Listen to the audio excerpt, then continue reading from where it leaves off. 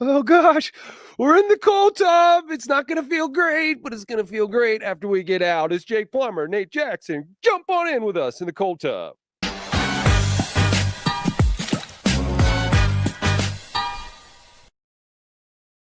Oh, that's right. Oh man, it's cold tub day, Jake Plummer. You're not here with us. You're on the shores of Lake Coeur d'Alene in Idaho, and maybe that's the best place to be on a morning like this. It is a nice place to be. The lake is not cold yet, but I've been in it, and it's nice to have water near me. How cold is that? Loss. Yeah, how cold is that lake? It gets cold in the winter, but then right now it's probably only like 66, 67 degrees. Yeah, they keep the cold tub, at a practice facility pretty darn cold. How cold is those? Like 30s, right? Or like low 40s? Yeah, I mean, you can't be in 30 for very long, but like 40, 38, 40, 42 degrees, when you throw all that ice in there, it's soak up the pain and help the loss hopefully go down the drain, because this one sucked. Yeah, it was a tough one. And we're going to get into that Broncos 23-20 loss against the Chargers yesterday at SoFi. The Broncos had them on the ropes, could have ended it. But before we get into that, guess what I took this morning? Can you see this? Yeah, some energy and focus. Yeah, I mean, I'm taking them every morning, man, and they're great. And the nighttime ones as well. What goes into these energy and focus Umbo mushroom pills? Well, there's cordyceps mushrooms. That's the most important thing, and that's a very good vasodilator, oxygenates your blood, gives you energy and focus without the crash. Like caffeine can cause you to crash. Cordyceps keeps you going. There's also rhodiola, an herb that the Vikings used, and bionicotinamide, which is a nice little way to say something that helps you just have energy and helps your joints be flexible. And yeah, man, it's a good little product. I'm glad. I was wondering, there's something different about you, Nate. You look very alert and right. There's something else going on with me right now. The actual Minnesota Vikings must have taken that yesterday, because they absolutely destroyed the Bengals. Bengals coming to town next week. Minnesota Vikings put up 40, I think. But that's next week. We want to dive into this loss. The Broncos lost second game in a row on a last-second field goal. And we're going to get in. Jake, you're a quarterback with 136 starts under your belt. That's a lot of football you played. We're going to get into your kind of interpretation of Bo Nix's game and some of the things that he did. And but before that, just a macro sort of what did you feel about that game? I mean, the Broncos are 1-2 now. They could have beat the Chargers. They had them where they wanted them, but they dropped the ball, so to speak. What are your kind of lasting thoughts from that game? Yeah, well, I got pants on today with no belt, so I don't know what you're talking about. I looked under, and I don't have a belt on, so there's no games under my belt. At the moment, since I don't have a belt on. On your bedpost? I don't know. Where do you put those games? Yeah, I mean, we're talking, probably under 2 feet, under 24 inches is a big game of inches. That's why they call it the game of inches. Football is like 24-inch difference, and I think we blow these guys out. You really look at hold on a second. Blow them out in under 24 inches. The Chargers had 80 plays from scrimmage. The Broncos had 48.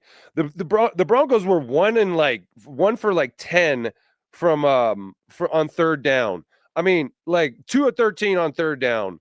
265 total yards to the Chargers 376. I mean, they had so many 3-and-outs. What do you mean the Broncos could have blown them out? Well, it gets back to like the right play call, and then the play not actually coming to fruition as a successful play. You got the long throw to Sutton, to Mims. There's just opportunities that were not taken care of, that were not missed by much. Guys got their fingers on these balls, barely, like just out of their hands. So, you bring those in 3-4 inches, a foot, whatever it is. And now you're talking, our first down doesn't happen late into the second quarter. We're moving the ball, we're capitalizing, putting points on the board. And like I said, just mere inches away from, I guess a blowout isn't the right way to put it, but it's definitely not coming down to the last possession.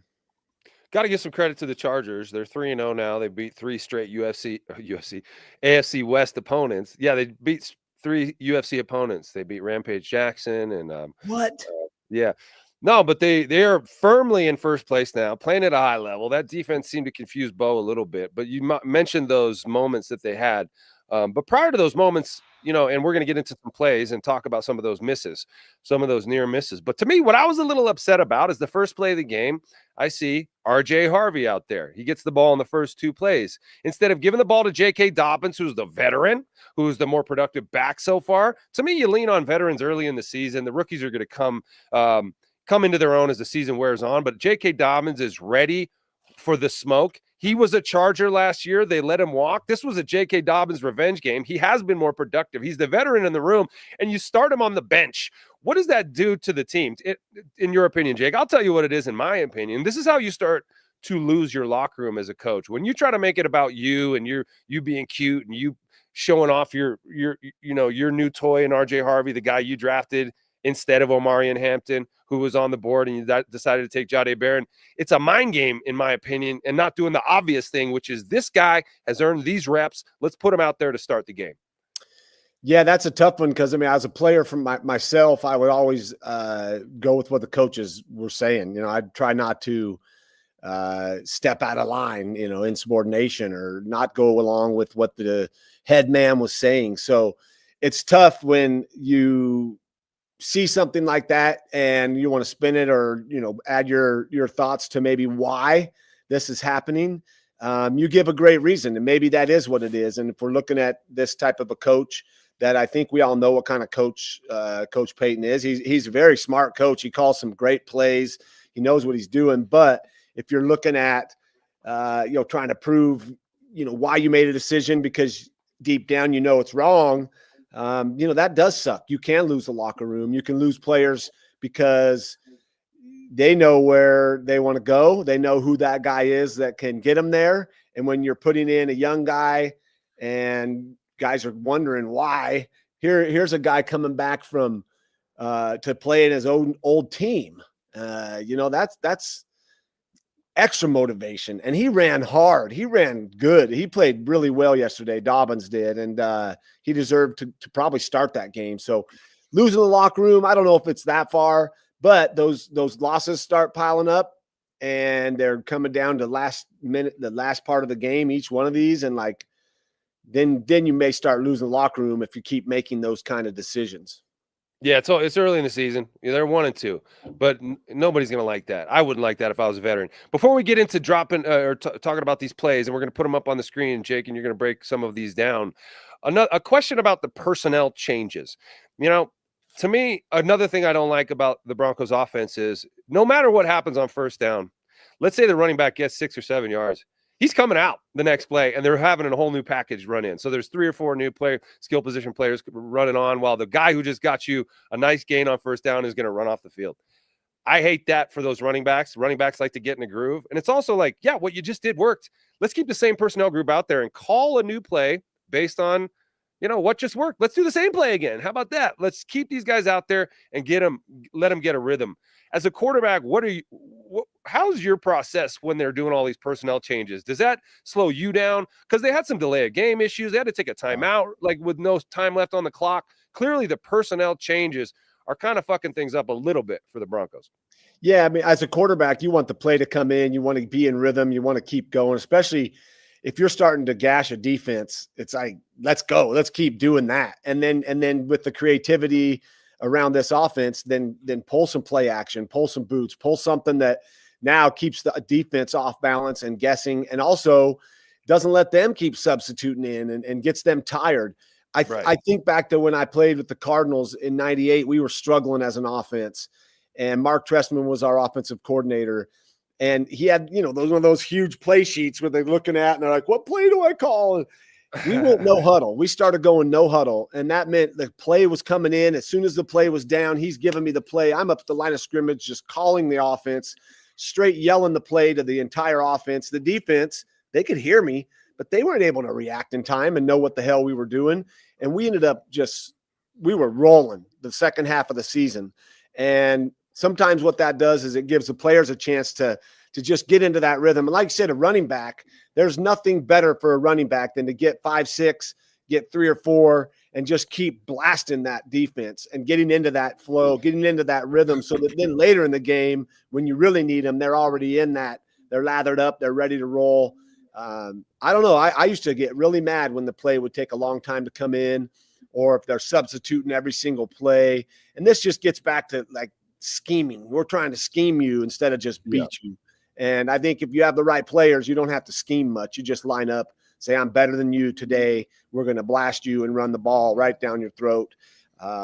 They seem to run it well and then back off a little bit. And I'm just kind of confused by that. But also, it's still early in the season, so you're trying to, figure out what's working, what's not. But to be into the second quarter before your very first down, you got to find ways to stay on the field, whatever it is. You don't have to finish with points, but you just got to get into that rhythm, get a few first downs, whatever that looks like. Find a way to do that early. Well, Sean Payton did mention to the sideline reporter Melanie Collins before halftime that we got to get the running game going. So he knew it, and he told Melanie Collins. Then she told everyone up in the booth. So everybody knew it. He's just having a hard time calling those plays. All right, let's jump into some of these plays in particular that we can talk about. One of those was the first big miss, the flea flicker that Bo had. It was 3rd and 19, not a very easy down to pick up. But they had a shot here on it. 3rd and 19 in the second quarter, a little bit over 6 minutes left. And let's talk about what you see, because he overthrew Marvin Mims down the right-hand sideline. Yeah, I mean, a great play call. I love the call. It's unexpected. He flips it back. And then, again, we see Bo moving when he doesn't need to, right? And I hate to focus on misses and plays that should have been made because, you hear the announcer, oh, you got to make that throw. Well, yeah, he knows that. But here he goes running almost into pressure. And did that make a difference? I don't know. We got a little bit of forklifts by Mim. He puts his arms out and runs a few steps. But really, why I mentioned, Mims is fast. I mean, it's hard to overthrow him. He's moving. Look at Bo, the way he catches it right there. He's already like falling forward. I mean, he's running. You're feeling the pressure behind you, right? You're feeling that. But that's where you believe in your tackles. You can't start running when you just feel a little pressure in your tackles. One quick hitch up, and you don't have to take those extra 3 or 4 steps. He actually drifted himself into trouble, almost got his arm hit, had to choke it down, threw and hit his own guy. These are plays that you got to make when they're called, and easily could have made this. And that's why I mentioned earlier the inches. That's 3 inches right there, and that ball's caught, touchdown. And a game of inches comes down to those things. Bo knows that. He's upset. We don't see it from him very often. Yeah. But damn, what a great – see, Payton's calling good plays. I believe he's taking those gambles. They're doing the right thing. That was a hell of a call on 3rd and 19. I did not see a flea flicker coming. Yeah, but he gets into 3rd and 19. I mean, I think Payton did have some nice play calls there. But he better also than a screen than a receiver screen or a draw play on 3rd and 19. At least he did some of that. He's giving his players a chance to make a play. I agree. He did some of that, but they also got in so many 3rd and long situations because they got 0 yards on 1st and 2nd down. There was so many negative plays, whether it was penalties or just getting tackled behind the line of scrimmage or those little screen plays that didn't work. To get into 3rd and 19 and have a nice play, or the 4th and 1 touchdown that he had to Cortland Sutton, which you think might have been illegal formation.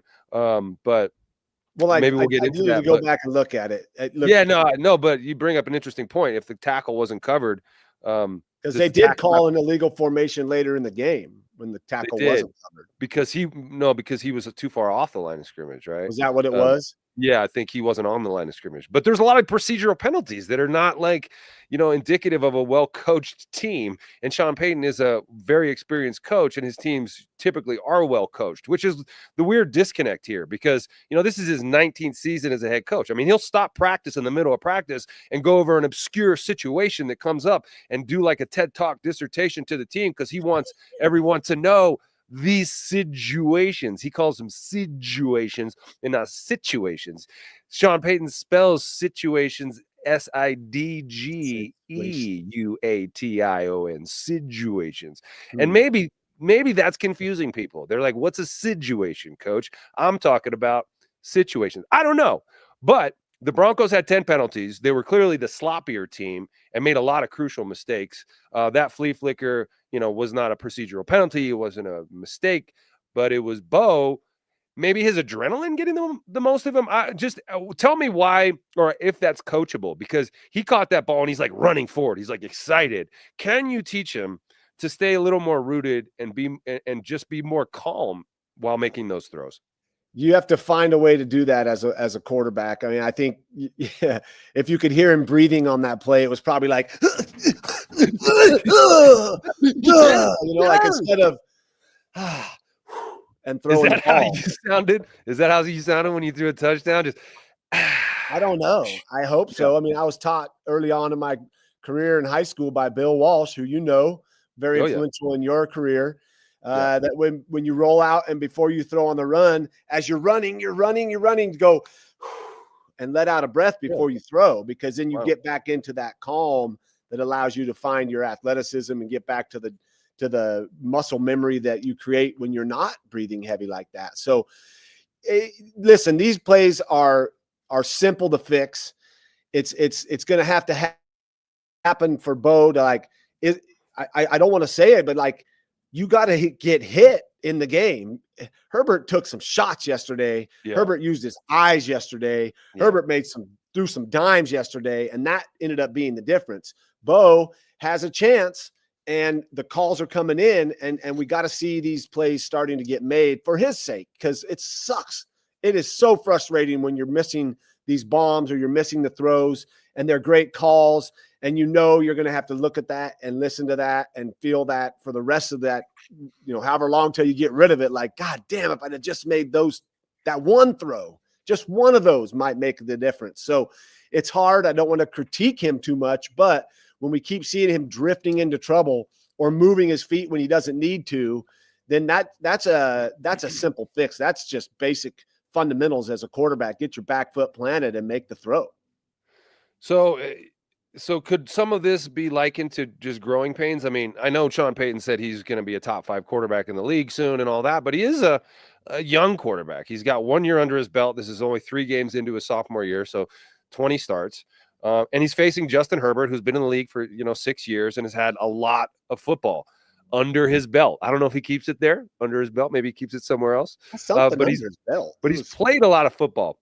And there's certainly a difference between the way Justin Herbert plays football and the way Bo Nix plays football back there under center. Justin Herbert seems more rooted, more comfortable in the pocket, slides really well in the pocket, buys himself time, delivers accurate throws. Like you said, uses his eyes to move defenders. I mean, you mentioned to me, we were talking on the phone, some of the reasons why Bo's getting these balls batted down at the line of scrimmage is because he's not using his eyes well, and defensive linemen know where he's going to throw it. So they just throw their hand up, right? Yep.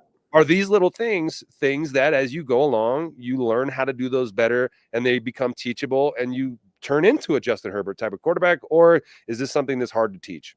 It's a progression. You're going to start out and use the skill set of a player like Bo to your advantage. Like last year, we saw it. A lot of times in the pocket, he was effective and got it done. But most times when he got out of the pocket is when the big plays were made, and his scrambling ability. You can't rely on that forever, because now defense is going to put some athlete that's faster than you to spy on you. And now you're wondering why you can't do that anymore. Now you got to set that back foot and make those big time throws. And the batted balls, that comes from just staring down your receiver, going there too early. We see it. As soon as he's going there and his eyes are locked on him and he's throwing it to the same spot. A D lineman loves that. They're going to knock that ball down, 5, 6, 7 times out of 10. And that's what we're seeing, where you saw Herbert a couple times use his eyes. He looked over here and then he came back to a guy wide open. And what that does is it moves defenders around. It keeps them, maybe not moving them, but it keeps them from going to where you want to throw the ball. They have to sit for a minute and wonder, is he going to throw? And then by the time you go, you're trusting what you have repped all week. Another great point that Bill Walsh told me way back in the day was, you don't look at your receivers ever. What you're doing is you're staring down the defense and seeing where they are, because you know where your receiver is going to be. He's going to be at the 12 yards inside the edge of the numbers by the time I take one hitch. So therefore, I'm not looking at him. If he does his job, what I'm doing is I'm looking at the defense, making sure that they're moving, and I'm manipulating them the way I want to then bring my eyes back and hit that guy at 12 yards on the inside edge of the numbers in time. And so it comes with a progression of reps, and it comes with a progression of a coach demanding that you work on that and constantly pushing you to use your eyes, not allowing you to be lazy when you're at practice and you're throwing one-on-ones or you're warming up. You force him to look to the other side of the field, take a drop, come back, and then throw the ball over to the guy. And that's just training. That happens. We all fall into bad habits. There were times I went into that habit, and that's what I would do is like, okay, while I'm throwing on air and I'm throwing a 12-yard in at the numbers, I'm going to look to the left like I would in the game and then come over and throw the ball to him so that you're not staring down your receivers. And that's just a little thing that he can do to fix. I'm sure he's going to work on that. I hope he's going to work on that. These things are not monumental, the foundational cracks in Bo Nix's game. These are easily remedied by just reps and a coach that's going to hammer it into his head until you get so sick of it you want to tell that coach where to put it. You have to do that. And mentally, he's got to do that. He's got to force himself to stop staring down these receivers, because the batted balls, it's great when they hit the ground, but sometimes they don't. And those turnovers can be costly. Stick it in your ear, coach. Is that where you meant? Stick it in your he puts it ear hole. Put it in your ear. You know what, though? To me, like some of the an ultra complicated playbook with lots of personnel groups and guys coming in and out and complicated hoodads and crossies and booty boops. Bo doesn't know where his guys are supposed to be when they're supposed to be there. There's a disconnect between the simple plays and, like, it happened on the very first drive. It's a third down, and Lucas Kroll tries to sit down in his zone, and Bo thinks he's going to keep moving through it, and it's an incomplete, and they punt. So it's like the simplest shit, which is where guys are going to be sitting in these zones, because the windows are really small on an NFL field with these defenses. And you, as a quarterback, are able to widen them a little bit with your eyes, but you just mentioned not looking at them. So you got to know where they're going to be. And if they're not where you think they're going to be, they think they're going to be somewhere else than you think, then you go to throw it, and they're fucking not there.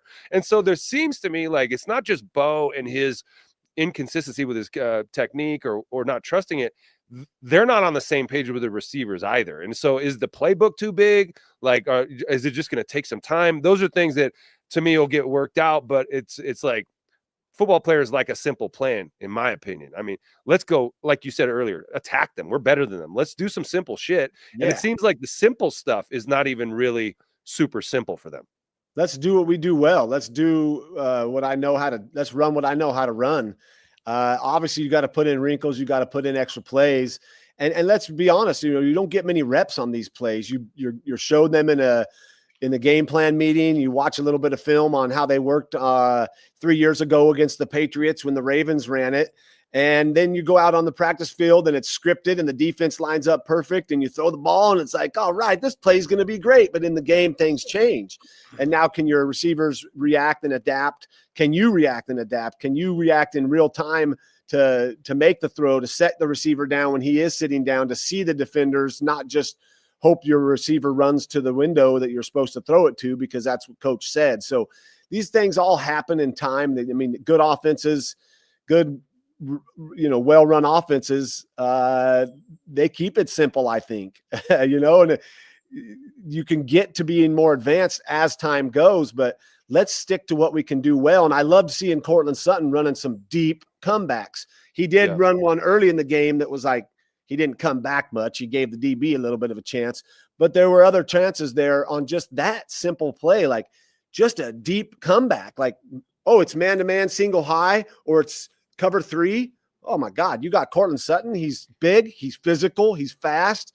I trust him. I'm gonna throw the ball out there. Like, let's see Bo make some simple throws, not having to go through multiple reads, reading through different zones and having all these, what did you call them? Boobops and beeps going all over the place. Stuff, man. I mean, this is, the game can get complicated. And when you have a guy who's considered a mastermind, which we did with Shanahan, which was beautiful. He put me in so many positions to succeed and do so well, but he also at times pushed me to be uncomfortable, when that's the last thing you want as a quarterback, to be uncomfortable on the field. And that's where it was nice to have Kubiak. So who's Bo's Kubiak to be able to like whittle out through the Yeah. mass amounts of plays on this huge call sheet to where he knows, okay, I know my guy. I know Bo Nix. I know what he wants to run here. This is what I'm calling. And I don't know if Sean is that guy or who that guy is, but let's get our QB comfortable, because when you're moving your feet like that and you're drifting in the pocket, you're either one, scared to get hit, or two, you're uncomfortable and you're not letting that internal clock run where you know, okay, I'm okay. I'm okay here. Take a breath, make this throw, because that's what they're counting on me to do. And I think Bo will get there. We saw him struggle a little early last year. He's got a lot of expectations and a lot of, people wanting him to do well right now. So there's moments there that he's had a chance. So I still believe, and I think we all need to believe. But like you said, I think a simplified game plan would help him a lot. Yeah, just some slants, some hitches, some outs. Roll him out, sprint him out, sprint him right, sprint him left. The kid throws on the run as well as anybody in the league. Move the pocket, sprint him half sprint, set him up, throw back. He's got a strong arm. I mean, let him keep taking shots. And he's a fantastic athlete. He likes to get out of the pocket and run. Let's watch that play where he almost picked up that first down. It's a couple plays forward, David. I know we had talked about a different one, but it's this 3rd and 13 play in the fourth quarter. 6 minutes left. Another 3rd and long situation they found themselves in, but Bo did what he does best, and that's become an athlete and try to pick up yards, which he did. He just came up a little bit short, Jake. When you're on the move like that and the sticks are, at the 30-yard line right there, I mean, how much can you control your body there? We got guys converging on you right there. He was just short. What are your thoughts on that play? That's hard. As a quarterback, you're pissed off. You're mad at yourself because you put your body out there. But if we go back to the start of that play, there's something I have to show here. And if you pause it at the top of his drop, what he does so well during this play here is he uses that integrity in the pocket. He goes and he takes his drop and he sets up. He stays right there. What does that do? That draws the defense towards you, because they're aiming to where you're at right now on the 7.5, 8-yard line. Now run it and see where they're going. Now you can move up. That gives you the ability, if you settle your feet and you stay where you're supposed to, maybe you hitch a little bit. And then when they come to you, now you've created that room for him to run. And this is just one of those, like, at this point, I mean, hold the ball out, dive, do something. Like, this is a huge play. I used to dive and put the ball out a lot like this. And so, again, this is not a lack of effort. This is a great play. This is what Bo does really well. It's just timing of the game. They're not going to go for it on 4th and 1. I wish they would have. We all wish they would have now, but from their own 29, though. Yeah, it's one of those, like, or wherever damn, they were. Again, inches. Those were what, 5 more inches? Now we're up to like 12 inches. I told you this game comes down. But then he's got a first down. He's still got to pick up yards and get down the field and score when they've just been going 3 and outs. I mean, I wouldn't say that's a shoe-in for them winning. No, but it helps in the whole cause. 24 inches, and this game is a definite W. San Diego's playing from behind. So I'm right, Nate. It's cold in here, Nate. You're getting cold. So it begs the question about, I heard a lot of people talking about killer instinct today, right? And the Broncos have been losing in this fashion kind of over and over. And these moments where it is about these inches, they end up on the wrong side of these inches. So is this a type of team and a type of quarterback who can learn to gain those inches?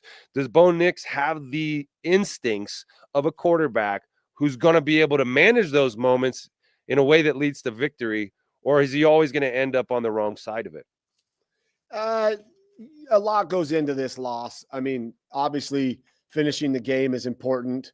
Not having stupid penalties is important. Like really bonehead penalties that they, Mafunga throwing down the guy to get a penalty, extended the drive. Let's show that one if we can, the Mafunga play. And I hate that because, again, here's a guy who's balling. He's coming up and hitting guys. He shows that he cares. He wants it. But here you got to know, like, that play, 100 out of 100 is going to get a flag. I don't know. Yeah. It's just, and he's a better player than that. He's beating himself up, but he makes a great hit. Just let it go. That slam is going to get a flag all the time. I did enjoy watching the quarterbacks get hit yesterday. They allowed the guys to kind of hit them a few times. Yeah. And, both quarterbacks showed toughness, but that's again, so it doesn't come down to just killer instinct. I mean, there's the killer instinct. And what did it get you? A flag. Well, that was one penalty. They were driving. There was a lot of things. I mean, I understand that was a bonehead move, but that was at the 35-yard line. Yes, they get to the 50, but they still drive down the field, score that touchdown. They still drive down the field, score the next field goal. Meanwhile, the Broncos are going 3 and out on each offensive possession. So I understand Hufanga is going to take some heat for that, but it was in the middle of the field. It didn't put them into field goal range. It wasn't the deciding play. It was a bonehead play, but the defense had 5 sacks on Justin Herbert, played pretty darn well, held them to 23 points, and forced a turnover as well. Had a pick. I mean, they didn't play that bad, did they? No. Here's something too we're not talking about. And Herbert made some phenomenal throws. And this is a game where you're playing against professionals. You're not playing against the best college team. These are pros. That throw the TD throw that Herbert made late in the game, rolling to his left with a guy in his face. Yeah. The defense did their job. That's just a phenomenal, exceptional, high-level, all-pro throw by Herbert. And sometimes you just get beat, and that's what happened. Otherwise, this is a frustrating team to watch this year because, they win last week. Oh, no, there's a flag. They lose. This week, oh, we're going to win. Oh, no, dang, we lost. There's a loss. And it's just hard because, they played so hard. They kept going. As a player, my thing would be to tell, if I was in this locker room, is just, hey guys, we are a good team. Shut out the noise. Put your headphones on or your earplugs in. All of these yappy mouths are going to be talking. We are a good ass team. We are a solid team. We got after one of the best quarterbacks in the league. Yeah, he made a phenomenal, amazing play, to score. Otherwise, these little things we can fix. We're just fine. We're fine. Let's just let everyone keep yapping their mouths. Let's stay on course. Let's keep doing what we're doing. This is a good football team. The Denver Broncos are a good football team, even through the struggles you're mentioning of the different personnel groups and coming 3 and out. All this, these things can get fixed. They still were in both these games that they lost and should have possibly won them. And it's going to suck late in the year if they don't make the playoffs because these are the games you look at. But keep believing in this team.